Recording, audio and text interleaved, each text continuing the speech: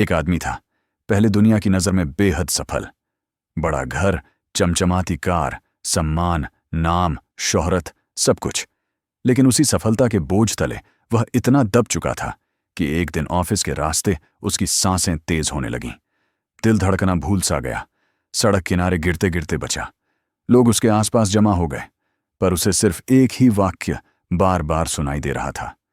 क्या मैंने सच में जिया भी है, या बस दौड़ता ही रहा?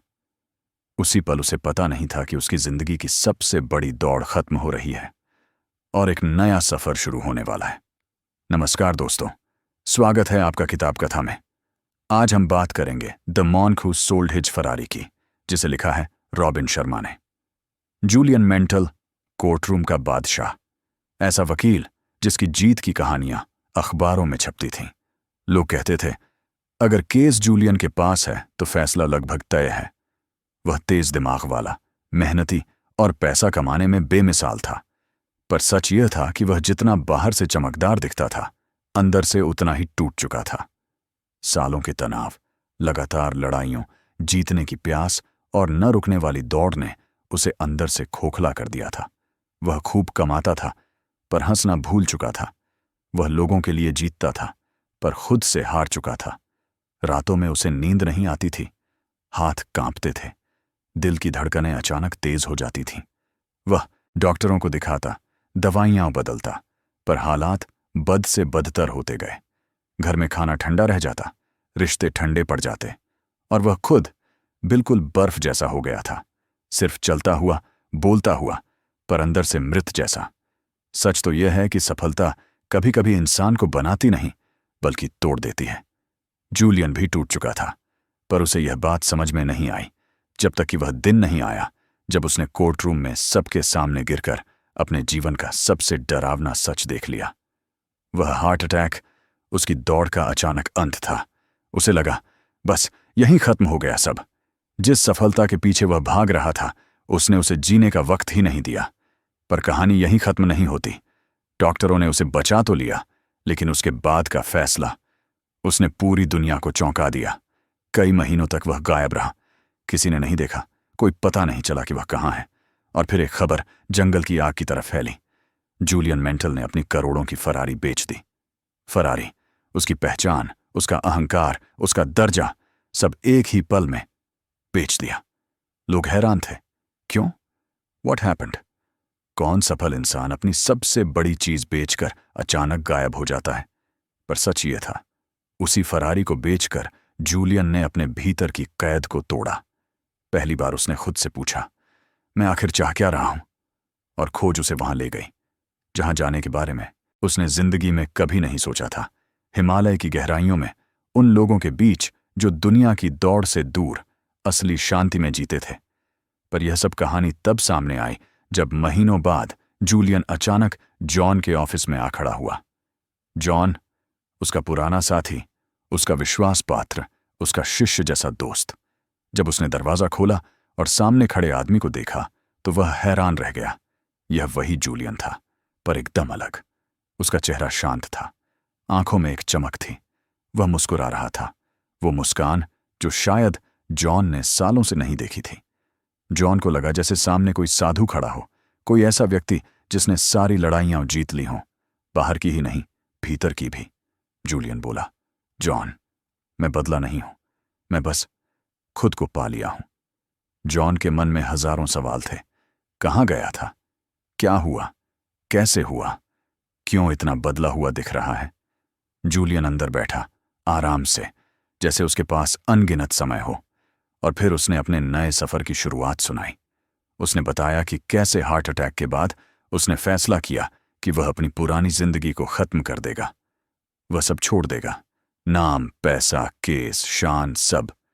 जूलियन कह रहा था, मैंने जिंदगी भर सिर्फ दौड़ लगाई, पर कभी यह नहीं सोचा कि फिनिश लाइन कहाँ है। उसने सब बेच दिया और सच की तलाश में निकल पड़ा। दिनों तक घूमता रहा, कई जगहों पर गया, लेकिन उसे जो चाहिए था वह कहीं नहीं मिला। जब तक कि एक योगी ने कहा, हिमालय जाओ, वहां तुम्हें वो मिलेगा जिसे तुम खोज रहे हो।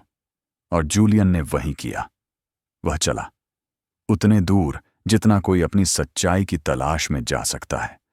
उसे नहीं पता था कि रास्ता कैसा होगा, लेकिन वह यह जरूर जानता था, पहली बार वह किसी और के लिए नहीं, खुद के लिए चल रहा है। उसने जॉन से कहा, जो मैंने हिमालय में पाया उसने मेरी पूरी जिंदगी बदल दी, और मैं चाहता हूं वह तुम्हारी भी बदल दे। जॉन की सांसें थम गईं। शायद आपकी भी अभी थम रही हों, क्योंकि जूलियन की कहानी में सिर्फ उसका दर्द नहीं था, उसमें हमारी थकान, हमारा डर, हमारी दौड़ और हमारी खालीपन की झलक थी। सवाल अब यह था, हिमालय में आखिर क्या मिला जूलियन को? क्या था वह रहस्य जिसने एक सफल, टूटे हुए वकील को शांत, उज्ज्वल, संत जैसा बना दिया? इसी सवाल का जवाब अगली कहानी की शुरुआत है। जूलियन ने अपनी कहानी यहीं से आगे बढ़ाई, उस मोड़ से जहां उसने सब पीछे छोड़ दिया था। वह कह रहा था कि हार्ट अटैक के बाद उसे पहली बार समझ आया कि वह जिस दुनिया को जीतने में लगा था, वही दुनिया उसे धीरे धीरे मार रही थी, और इसलिए उसने सब छोड़कर एक सफर शुरू किया। ऐसा सफर जिसमें कोई मंजिल तय नहीं थी, बस खोज थी, खोज अपने भीतर की, अपनी आत्मा की। वह भारत पहुंचा, साधुओं, विद्वानों और अलग अलग परंपराओं से जुड़े लोगों से मिला। हर कोई उसे कुछ न कुछ बताता, लेकिन जूलियन को लगता कि सच अभी भी कहीं दूर है। वह शहरों से दूर शांत मंदिरों में बैठकर घंटों सोचता कि आखिर वह ढूंढ क्या रहा है। कभी कभी वह खुद से पूछता, क्या यह पागलपन है? क्या मैंने सब बेवजह छोड़ दिया? लेकिन फिर उसे अंदर से एक आवाज आती, आगे बढ़ो, वहीं मिलेगा जिसे तुम ढूंढ रहे हो। इसी खोज में वह एक गांव पहुंचा, जहां एक बुजुर्ग साधु ने उसे पहली बार सुझाव दिया, हिमालय जाओ। वहां कुछ लोग हैं जिन तक पहुंचना आसान नहीं, लेकिन अगर तुम्हारी खोज सच्ची है तो रास्ता खुद तुम्हें अपने पास बुला लेगा। और यह सुनते ही जूलियन ने ट्रेनें बदलीं, यात्राएं बदलीं, रास्ते बदले, यहां तक कि खुद भी बदलने लगा। उसने अपने महंगे कपड़े छोड़ दिए।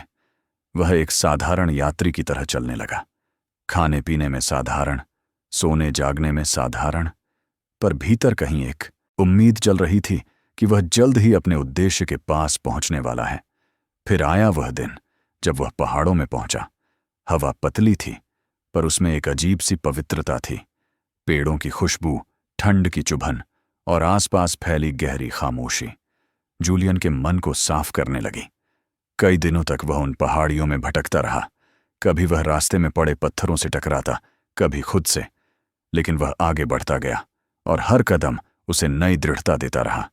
एक शाम सूरज ढलने से ठीक पहले उसे दूर से एक आदमी दिखा, एक शांत आकृति जिसकी चाल में एक अनोखी स्थिरता थी। वह आदमी एक सफेद दाढ़ी वाला सन्यासी था। जूलियन ने उसे देखकर महसूस किया कि यही वह इंसान है जिसे वह ढूंढ रहा था, या शायद जो उसे ढूंढ रहा था। सन्यासी मुस्कुराया और बोला, तुम बहुत दूर से आए हो, लेकिन अभी असली सफर बाकी है। जूलियन को समझ नहीं आया कि उसने क्या देखा, पर उसे लगा कि यह मुस्कान किसी परीक्षा की तरह है, जैसे वह उसे परख रहा हो कि वह असल में कितना तैयार है। सन्यासी ने पूछा, तुम यहां क्यों आए हो? जूलियन ने ईमानदारी से जवाब दिया, मैं शांति ढूंढ रहा हूं, अपने खोए हुए मन को ढूंढ रहा हूं, अपने भीतर की खाली जगह भरना चाहता हूं।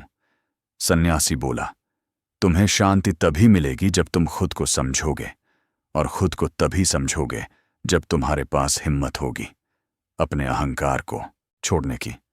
इसे सुनकर जूलियन अंदर तक हिल गया। पहली बार किसी ने उसके दिल की बात इतनी साफ कह दी थी। सन्यासी उसे अपने साथ ले गया। रास्ता कठिन था, खड़ी चढ़ाई, ठंडी हवाएं, अनजाने मोड़, लेकिन जूलियन ध्यान देता गया, प्रत्येक कदम पर, प्रत्येक सांस पर, प्रत्येक भावना पर, और धीरे धीरे उसे महसूस हुआ कि वह बदल रहा है। पहले वह जल्दबाज था, इस सफर में उसका हर कदम एक सीख बन रहा था। घंटों चलते चलते वे एक ऐसी जगह पहुंचे जहां चारों ओर सिर्फ सफेद बर्फ थी और बीच में एक छोटा सा आश्रम। यही था सिवाना के सन्यासियों का घर, एक ऐसा स्थान जहां समय रुक जाता था, जहां दुनिया की शोर नहीं पहुंचती थी, जहां सिर्फ मन की आवाज सुनी जा सकती थी। जूलियन को आश्रम में ले जाकर सन्यासी ने कहा, यह तुम्हारी मंजिल नहीं, यह तुम्हारी शुरुआत है। अंदर सभी सन्यासी शांत, दृढ़ और खुश नजर आते थे। कोई भागदौड़ नहीं, कोई तनाव नहीं, कोई दिखावा नहीं। जूलियन को लगा, क्या सच में कोई ऐसे भी जी सकता है, बिना किसी शोर के, बिना किसी चाहत के, बस संतोष के साथ। उसे लगा जैसे वह किसी दूसरी दुनिया में पहुंच गया हो। कुछ दिनों तक जूलियन ने वहां रहकर उनका जीवन देखा। कैसे वे सुबह उठते हैं, कैसे वे अभ्यास करते हैं, कैसे वे बोलते हैं, सोचते हैं, महसूस करते हैं। और उसे समझ आया कि वे सामान्य नहीं हैं। वे असामान्य रूप से, शांति से भरे हुए हैं। एक दिन मुख्य सन्यासी, जिन्हें महान योगी रमण कहा जाता था, ने जूलियन को बुलाया। उनकी आंखों में एक ऐसी चमक थी जैसे किसी पहाड़ के पीछे छुपा सूरज झांक रहा हो। उन्होंने जूलियन की तरफ देखा और बोले, तुमने बहुत सफर किया है, अब सच सुनने का वक्त आ गया है। जूलियन की धड़कनें तेज हो गईं। वह उनके सामने बैठा जैसे एक छात्र अपने गुरु के सामने बैठता है, और योगी ने कहना शुरू किया, तुम्हारी जिंदगी एक बगीचे की तरह है। अगर तुम उसे संभालोगे नहीं तो खरपतवार उग आएगी। अगर तुम उसे सुंदर बनाओगे तो वह फल देगा। तुम्हारा मन वही बगीचा है, और अब समय आ गया है उसे साफ करने का। जूलियन सुनता रहा, जैसे हर शब्द उसके भीतर उतर रहा हो। योगी ने फिर कहा, हम तुम्हें एक कहानी सुनाएंगे, एक साधारण कहानी, लेकिन उसमें छुपे रहस्य तुम जैसे हजारों लोगों की जिंदगी बदल सकते हैं। और फिर शुरू हुई वह कहानी जो जूलियन की आने वाली जिंदगी की दिशा तय करने वाली थी। एक अजीब सी कहानी, एक कहानी जिसमें एक बगीचा था, एक विशाल सूमो था, एक लाल तार था, एक सुनहरी घड़ी थी, फूलों का रास्ता था, और अंत में एक चमकता हीरा था। जूलियन हैरान था, यह कैसी कहानी है? लेकिन योगी ने कहा, यही कहानी तुम्हें वो देगी जिसके लिए तुम इतने दूर आए हो। जूलियन को लगा मानो उसके सामने एक नया दरवाजा खुलने वाला है, ऐसा दरवाजा जो बाहर नहीं भीतर की ओर जाता है। और अब वह तैयार था, सच सुनने के लिए, सच समझने के लिए, और खुद को फिर से बनाने के लिए। उसके मन में सिर्फ एक ही सवाल था, इस कहानी में छुपा रहस्य आखिर क्या है? यही सवाल अगले अध्याय की धड़कन बन गया। जूलियन की आंखों में उत्सुकता थी, और योगी रमण ने जैसे उसके मन को पढ़ लिया हो। वे शांत स्वर में बोले, जिस कहानी को तुम अजीब समझ रहे हो, वही तुम्हें वह रास्ता दिखाएगी जिसकी खोज तुम इतने समय से कर रहे हो। हर पात्र, हर वस्तु तुम्हारे जीवन के भीतर छुपे एक सत्य का प्रतीक है। जूलियन उनके शब्दों में डूब चुका था। उसने सिर हिलाया, मानो कह रहा हो, मैं तैयार हूं, बताइए। योगी ने शुरू किया, पहला संकेत है बगीचा। जैसे एक सुंदर बगीचा नियमित देखभाल मांगता है, वैसे ही हमारा मन भी। अगर तुम बगीचे की देखभाल नहीं करते तो उस पर खरपतवार उगाती है। वैसे ही अगर तुम अपने विचारों पर ध्यान नहीं दोगे तो नकारात्मकता, डर और भ्रम तुम्हारे मन को घेर लेंगे। जूलियन को जैसे किसी ने भीतर से झकझोर दिया। वह जानता था कि उसका मन वर्षों से अव्यवस्थित था। केस, तनाव, ईगो, हार जीत, सबने उसके भीतर खरपतवार बो दी थी। उसने गहरी सांस ली। उसे महसूस हुआ कि यह सिर्फ एक उदाहरण नहीं, बल्कि उसकी पूरी जिंदगी का सच है। योगी रमण ने कहा, मन वह जमीन है जहां तुम या तो शांति उगा सकते हो या तनाव। जूलियन ने पहली बार यह समझा कि सफलता की भूख ने उसके मन को कितना बंजर कर दिया था। वह अक्सर सोचता था कि तनाव उसकी मेहनत का हिस्सा है, पर आज उसके सामने सच रखा था, उसका तनाव उसकी अनदेखी का परिणाम था। योगी कुछ देर चुप रहे, जैसे जूलियन का मन इस तथ्य को पचाने की कोशिश कर रहा हो।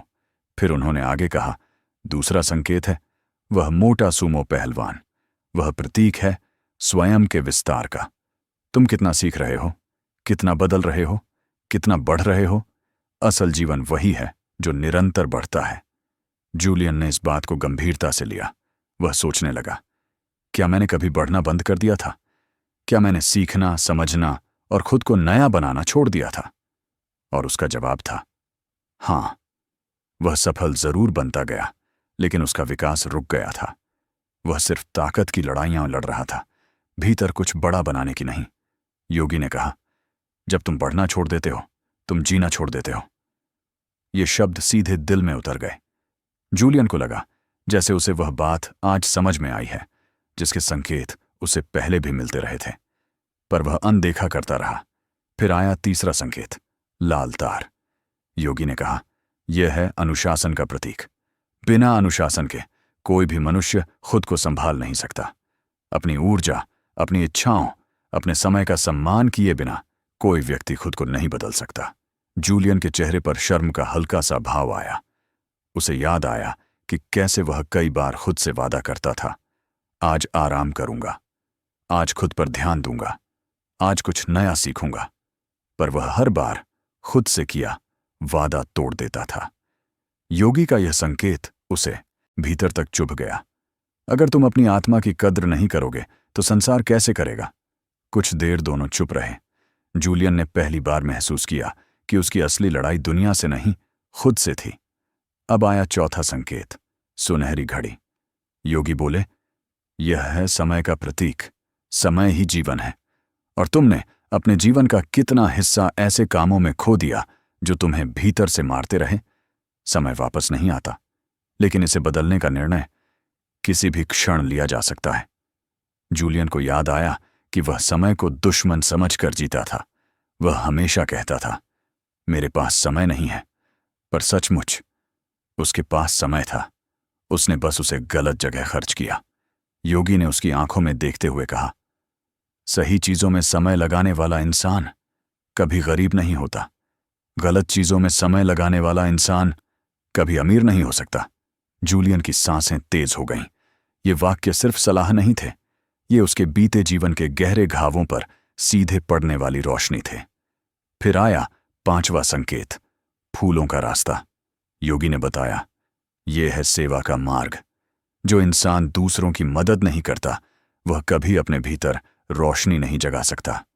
तुमने समय का उपयोग हमेशा अपने फायदे के लिए किया। कभी यह नहीं सोचा कि तुम्हारे हाथों से किसी और का दर्द भी कम हो सकता है। जूलियन चौंक गया। क्या उसकी सफलता में सचमुच इतनी स्वार्थ की परतें थीं? क्या वह केवल अपने जीतने पर केंद्रित था, न कि दूसरों के मुस्कुराने पर? योगी ने कहा, जब तुम अपने लिए जीते हो तो एक जीवन बनता है, जब तुम दूसरों के लिए जीते हो तो एक विरासत बनती है। जूलियन इन शब्दों पर टिक गया। उसे याद आया कि उसने कितने लोगों की मदद कर सकती थी, पर वह सिर्फ जीतने की लालसा में अंधा हो गया था। और फिर आया अंतिम संकेत, वह चमकता हीरा। योगी बोले, यह है तुम्हारे उद्देश्य का प्रतीक। जब तक तुम अपने जीवन का असली उद्देश्य नहीं खोजते, तब तक तुम्हारी यात्रा अधूरी रहेगी। तुमने पैसा कमाया, नाम कमाया, जीतें दर्ज की, पर तुमने अपने क्यों को कभी नहीं खोजा। जूलियन चुप था। उसके भीतर पुराने फैसलों की हलचल थी। उसने सोचा, मैंने कभी अपना उद्देश्य नहीं चुना। मैंने बस वही किया जो दुनिया ने बड़ा कहा। मैंने सोचा कि वही जीवन है, पर वह तो एक दौड़ थी, और मैं उस दौड़ की मंजिल जानता भी नहीं था। योगी ने कहा, अब समय आ गया है कि तुम अपना हीरा खोजो। वह चमक तुम्हारे भीतर ही है, बाहर नहीं। यह सुनकर जूलियन की आंखें नम हो गईं। वह जान गया कि वह वर्षों से बाहर तलाशता रहा, जबकि खोज भीतर थी। कुछ पल की खामोशी के बाद योगी ने पूछा, क्या तुम तैयार हो अपने भीतर की यात्रा शुरू करने के लिए? जूलियन ने धीमे से सिर झुकाया। पहली बार वह सच में तैयार था। तैयार अपने मन का बगीचा साफ करने के लिए, तैयार अपने जीवन के उद्देश्य को पहचानने के लिए, तैयार अपने आप को फिर से जन्म देने के लिए। लेकिन इस शुरुआत की कीमत क्या थी? यह नया मार्ग उसे कहाँ ले जाएगा? और क्या वह उस परिवर्तन को संभाल पाएगा जिसके लिए उसने सब छोड़ दिया था? यही अनकहा सवाल उसे अगले अध्याय की ओर खींच रहा था। जूलियन उस रात आश्रम के खुले आंगन में बैठा था। चांद साफ आसमान में स्थिर था, जैसे वह भी उसकी बेचैनी को सुन रहा हो। पहाड़ों की ठंडी हवा उसके चेहरे से गुजरती तो उसे लगता कि वह किसी पुराने बोझ को धीरे धीरे उतार रही है। लेकिन उसके भीतर अभी भी एक सवाल अटका हुआ था, क्या मैं सच में बदल सकता हूं, या मैं सिर्फ एक टूटा हुआ इंसान हूं जो बदलाव की कल्पना कर रहा है? योगी रमन उसके पास आए और बिना कुछ कहे उसके सामने बैठ गए। उनकी शांति ऐसी थी कि जूलियन की धड़कनें भी धीरे धीरे शांत होने लगीं। कुछ क्षण बाद योगी ने कहा, बदलाव सोच से नहीं आता, अभ्यास से आता है। तुमने संकेत समझ लिए, अब समय है उन्हें जीने का। जूलियन ध्यान से सुन रहा था। वह जानता था कि अब बात सिर्फ सीखने की नहीं बल्कि बदलने की थी। योगी ने कहा, आज से तुम्हें 5 अभ्यास शुरू करने होंगे।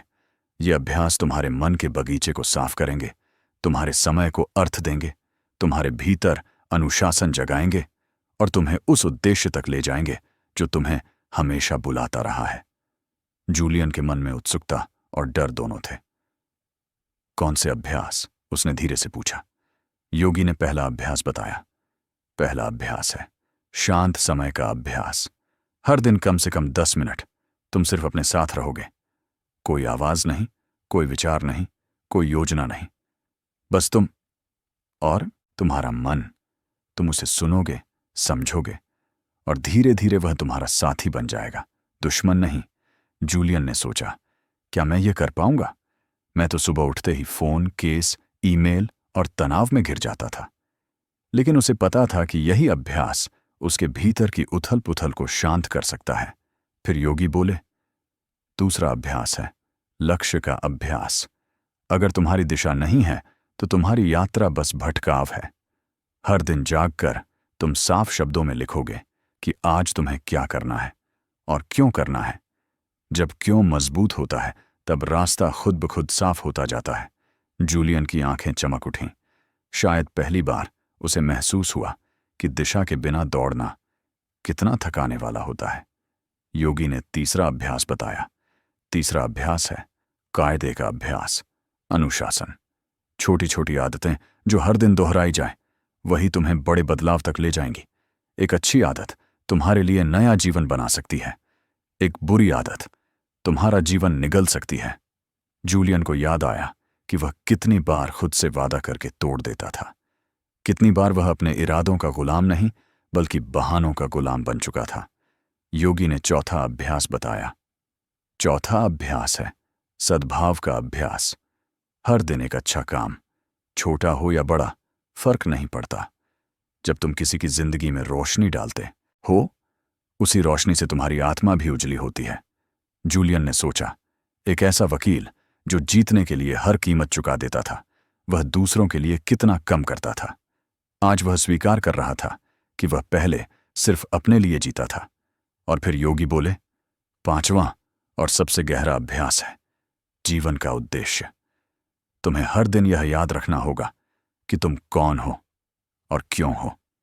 जिस दिन तुम अपने उद्देश्य को समझ लोगे, उस दिन तुम कभी रास्ता नहीं खोओगे, क्योंकि उद्देश्य वह प्रकाश है जो अंधेरे रास्तों को भी रोशन कर देता है।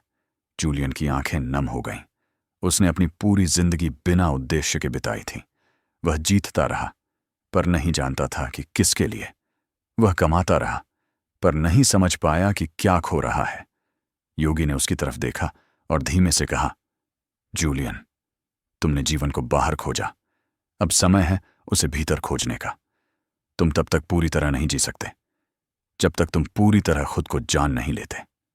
यह सुनकर जूलियन के भीतर कुछ टूट कर गिरा और कुछ नया बनने लगा। पहली बार उसे लगा कि वह सच में बदल सकता है। पहली बार उसे लगा कि उसकी टूटी हुई जिंदगी को फिर से जोड़ा जा सकता है। पहली बार उसे महसूस हुआ कि वह सिर्फ जूलियन मेंटल नहीं, वह एक खोजी है, एक छात्र है, एक इंसान है जो खुद को फिर से जन्म देना चाहता है। योगी ने उसे अगले कुछ दिनों की योजना बताई। हर दिन सुबह उठना, अभ्यास करना, ध्यान करना, अनुशासन अपनाना, समय का उपयोग सीखना और सबसे महत्वपूर्ण, अपने उद्देश्य को जानने की कोशिश करना। और जूलियन ने हर शब्द को दिल से स्वीकार कर लिया। लेकिन जैसे जैसे वह इन अभ्यासों को सीखता गया, एक नया डर उसके भीतर उठने लगा। अगर मैं बदल गया तो क्या दुनिया मुझे स्वीकार करेगी? क्या मेरा पुराना जीवन इस नए जूलियन के लिए जगह बनाएगा? यह डर गहरा था, पर योगी रमण ने कहा, दुनिया तुम्हें तब स्वीकार करती है जब तुम खुद को स्वीकार करते हो। पहले खुद को पहचानो, फिर दुनिया तुम्हारी पहचान का सम्मान करेगी। उस रात जूलियन पहली बार बिना किसी आवाज के सोया। पहाड़ों की हवा, आश्रम की खामोशी और योगी के शब्द सब मिलकर उसके भीतर एक नई सुबह बो रहे थे। लेकिन सवाल अब भी हवा में तैर रहा था। क्या जूलियन सच में वह सब कर पाएगा जो उसने सीखा है? क्या वह उस आदमी में बदल पाएगा जिसे वह वर्षों से महसूस तो करता था पर जी नहीं पाता था? यह चिंतन, यह बदलाव उसे आगे उस मोड़ की ओर ले जा रहा था जहां एक नई जूलियन की नींव रखी जानी थी। जूलियन ने अभ्यास शुरू किए कुछ ही दिनों हुए थे, लेकिन उसके भीतर एक धीमी, स्थिर और गहरी रोशनी फैलने लगी थी। वह सुबह जल्दी उठता, ठंडी हवा में बैठकर अपनी सांसों को महसूस करता और पहली बार अपने विचारों को भागते हुए नहीं, ठहरते हुए देखता था। उसे यह एहसास होने लगा कि शांति कोई चीज नहीं जिसे बाहर ढूंढना है। शांति तो वह जगह है जहां भीतर का शोर खत्म हो जाता है। लेकिन जितना वह आगे बढ़ता, उतना ही उसे अपने पुराने जीवन की यादें सतातीं। अदालत की तकरारें, जीतने की प्यास, हार का डर और वह दौड़ जो कभी खत्म नहीं होती थी। कभी कभी उसके भीतर आवाज आती, क्या यह सब असली है? क्या यह शांति सिर्फ पहाड़ की हवा का असर है? कहीं मैं खुद को धोखा तो नहीं दे रहा? और फिर योगी रमण के शब्द उसे याद आते, बदलाव बाहर नहीं शुरू होता, भीतर शुरू होता है, और भीतर का बदलाव कभी धोखा नहीं देता। एक दिन योगी ने उसे बुलाया। वह आश्रम के खुले आंगन में बैठे थे, जैसे हमेशा बैठते थे, स्थिर, शांत और स्पष्ट। जूलियन को देखकर उन्होंने कहा, अब समय आ गया है कि तुम वापस जाओ। यह सुनकर जूलियन के भीतर अजीब सा कंपन हुआ। वह चौंक गया। वापस? कहां? उस दुनिया में जहां मैं खुद से दूर हो चुका था? योगी ने मुस्कुराते हुए कहा, समाधान हकीकत से भागने में नहीं है, समाधान हकीकत को बदलने में है, और वह तुम तभी कर पाओगे जब तुम अपने भीतर से पूर्ण हो। तुमने यहां जो सीखा है, अब उसे अपनी जिंदगी में उतारना है। ज्ञान वहीं सार्थक है जहां उसे जिया जाए। जूलियन के मन में संघर्ष था। वह इस शांत आश्रम के आंगन, हिमालय की हवा और इन संतों की निर्मल मुस्कान से दूर जाने की कल्पना भी नहीं कर पा रहा था।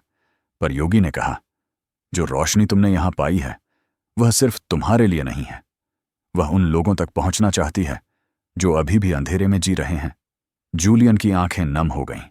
वह जानता था कि यह सही है। वह जानता था कि उसकी यात्रा सिर्फ उसे शांत करने के लिए नहीं थी, बल्कि उसे ऐसा इंसान बनाने के लिए थी जो दूसरों के भीतर भी वही चिंगारी जगा सके। आने वाले कुछ दिनों में उसने आश्रम के हर कोने को वैसे ही देखा जैसे कोई घर छोड़ने से पहले आखिरी बार देखता है। उसे एहसास हुआ कि यह जगह उसके लिए मंदिर नहीं, उसका दूसरा जन्म स्थान बन चुकी है। उसने उन 5 अभ्यासों को अपने भीतर उतार लिया था। उसका मन साफ था, उसकी सांसें संतुलित थीं, उसकी दिशा स्पष्ट थी और उसका उद्देश्य आखिरकार जाग चुका था। फिर वह दिन आया जब उसे विदा होना था। सभी सन्यासी इकट्ठा हुए। योगी रमण उसके कंधे पर हाथ रखकर बोले, याद रखना जूलियन, खुद को बदलना शुरुआत है, दूसरों को रोशनी देना यात्रा है, और अपने उद्देश्य को जीना पूर्णता है। जूलियन ने उनकी आंखों में देखा। वह रोशनी थी जो किसी किताब से नहीं आती, किसी मंदिर से नहीं आती। वह रोशनी सिर्फ अनुभूति से आती है, और जूलियन अनुभूति बन चुका था। उन्होंने अंत में जूलियन को एक छोटा सा पत्थर दिया, एक साधारण चमकहीन पत्थर। योगी बोले, यह तुम्हें याद दिलाएगा कि असली चमक भीतर होती है, बाहर नहीं। जूलियन ने उसे दिल से लगा लिया। कुछ दिनों बाद वह वापस उसी शहर में पहुंचा जहां उसकी पुरानी जिंदगी लटका हुआ चित्र की तरह इंतजार कर रही थी। पर अब उसे देखकर भी डर नहीं लगता था। यह वही शहर था जहां वह लगभग मर गया था। वही लोग, वही इमारतें, वही शोर। पर इस बार उसके भीतर एक अटूट शांति थी जो किसी भी आवाज को अपने भीतर घुसने नहीं देती थी। जॉन ने दरवाजा खोला तो पहले कुछ पल उसे पहचान ही नहीं पाया। यह वही जूलियन नहीं था। यह एक शांत, स्थिर और गहरे आत्मविश्वास वाला इंसान था। उसकी आंखें बोल रही थीं, मैं लौट आया हूं, पर इस बार मैं वही नहीं हूं। जॉन ने उसे अंदर बुलाया और फिर शुरू हुई वह बातचीत जिसने न सिर्फ जॉन की जिंदगी बदली, बल्कि उन लाखों लोगों की भी जो उसके बाद जूलियन की कहानी सुनेंगे। जूलियन बैठा और उसने जॉन से वह सब साझा किया। हिमालय की यात्रा, सूमो की कहानी, 5 अभ्यास, उसका उद्देश्य। हर शब्द ऐसा था जैसे किसी जलते हुए मन पर ठंडी बारिश। जॉन खुद को रोक नहीं पाया। जूलियन, क्या सच में एक इंसान इतना बदल सकता है? क्या मैं भी? जूलियन मुस्कुराया। वह वही मुस्कान थी जिसे जॉन ने कभी उसके पुराने तनाव भरे चेहरे पर नहीं देखा था। उसने कहा, हाँ जॉन, हर इंसान बदल सकता है। शांति किसी पहाड़ पर नहीं मिलती। शांति वहीं मिलती है जहां तुम्हारा मन तुम्हारा मित्र बन जाए। और यह यात्रा अभी तुम भी शुरू कर सकते हो। जूलियन ने अपनी जेब से वही छोटा पत्थर निकाला, वही पत्थर जो योगी रमण ने दिया था। वह उसे जॉन के हाथ में रखते हुए बोला, जब भी तुम्हें लगे कि तुम टूट रहे हो, याद रखना, शुरुआत तुम्हारे भीतर है। सारी शक्ति, सारी रोशनी, सारी दिशा तुम्हारे अंदर ही है। बस उसे पहचानने की देर है। जॉन की आंखें भर आईं, और शायद आपकी भी, क्योंकि जूलियन की कहानी सिर्फ उसकी कहानी नहीं, हम सबकी कहानी है। हम सब कहीं ना कहीं उस दौड़ में फंसे हुए हैं। हम सबके मन में एक बगीचा है जिसे सिर्फ हमारी देखभाल की जरूरत है।